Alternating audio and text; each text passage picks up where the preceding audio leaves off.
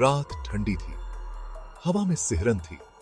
Amit driving कर रहा था, घर लौट रहा था। लंबे समय बाद घर जाने का सोचकर वो खुश था, लेकिन खुशी अक्सर अंधेरे में बदल जाती है। सड़क सुनसान थी, पेड़ डरावने साए बना रहे थे, हवा अब जोर से चलने लगी थी। अमित ने गाड़ी की स्पीड थोड़ी बढ़ा दी। उसे अजीब सी बेचैनी होने लगी थी। अचानक गाड़ी स्लो होने लगी, इंजन से अजीब आवाजें आ रही थीं। कुछ ही देर में गाड़ी पूरी तरह से बंद हो गई, सन्नाटा छा गया। अंधेरा घना हो रहा था, ठंड हड्डियों तक चुभने लगी थी। अमित ने अपने फोन पर नेटवर्क ढूंढने की कोशिश की, लेकिन कोई सिग्नल नहीं था। वो गाड़ी से बाहर निकला। हवा अब और तेज हो गई थी, पेड़ हिंसक रूप से हिल रहे थे। ऐसा लग रहा था जैसे प्रकृति खुद गुस्से में हो। अमित ने चारों ओर देखा, सड़क सुनसान थी, दूर कहीं कुछ रोशनी दिख रही थी, शायद कोई घर हो। उसने फैसला किया कि वो उस रोशनी की तरफ जाएगा, मदद मिलने की उम्मीद थी।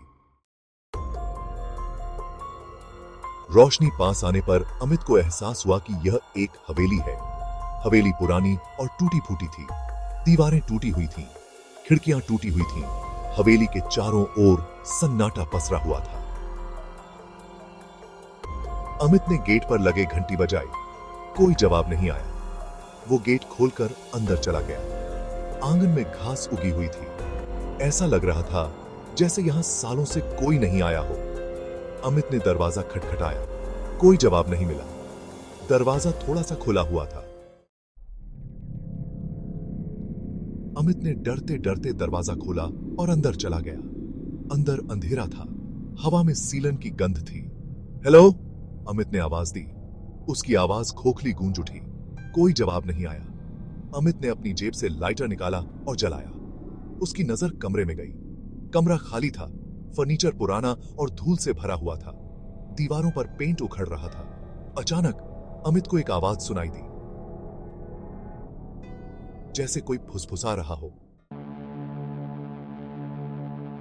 अमित चौंका।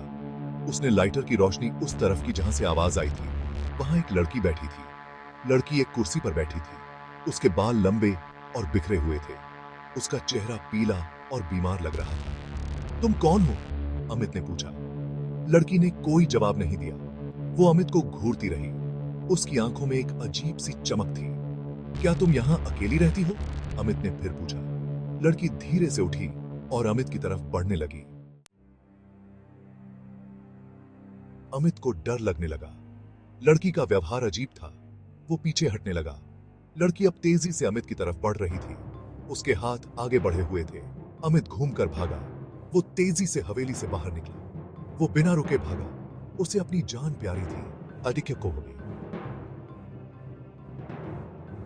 अमित जंगल में भागता रहा। उसे समझ नहीं आ रहा था कि वो कहां जा रहा है। उसे बस उस हवेली से दूर भागना था। जंगल घना था, पेड़ ऊंचे थे, अंधेरा घना था। अमित को अपनी पीठ पर किसी की नजर महसूस हो रही थी। उसे लगा जैसे कोई उसका पीछा कर रहा हो। वो तेज दौड़ा। सांस फूलने लगी थी, लेकिन वो रुक नहीं सकता था। अचानक अमित ने देखा कि जंगल खत्म हो रहा है। सामने एक सड़क थी। वो सड़क पर निकला। कुछ दूरी पर एक गाड़ी खड़ी थी। अमित गाड़ी की तरफ भागा। गाड़ी के पास पहुंचकर उसने देखा कि ड्राइवर सीट पर एक आदमी बैठा है। क्या आप मेरी हेल्प करेंगे? अमित ने पूछा। मैं मुसीबत में हूं। आदमी ने गाड़ी का दरवाजा खोला। अमित गाड़ी में बैठ गया। शुक्रिया, अमित ने कहा। आपने मेरी जान बचाई। कोई बात नहीं, आदमी ने कहा। लेकिन तुम उस हवेली में क्या कर रहे थे? अमित ने आदमी को सारी कहानी बताई।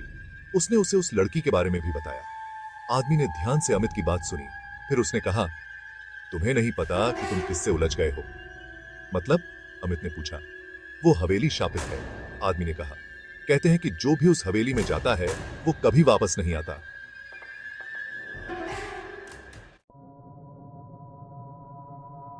अमित की आंखें खुली हुई थीं। उसे अपनी गलती का एहसास हो रहा था। लेकिन मैं तो बच गया, अमित ने कहा। शायद, आदमी ने कहा, या शायद वो तुम्हें जाने नहीं देना चाहती। गाड़ी अंधेरे में आगे बढ़ती रही। अमित खिड़की से बाहर देख रहा था। उसे हर साए में उस लड़की का चेहरा दिखाई दे रहा था। वो उस रात को कभी नहीं भूल पाया। वो हवेली और वो लड़की हमेशा के लिए उसके जहन में बस गई।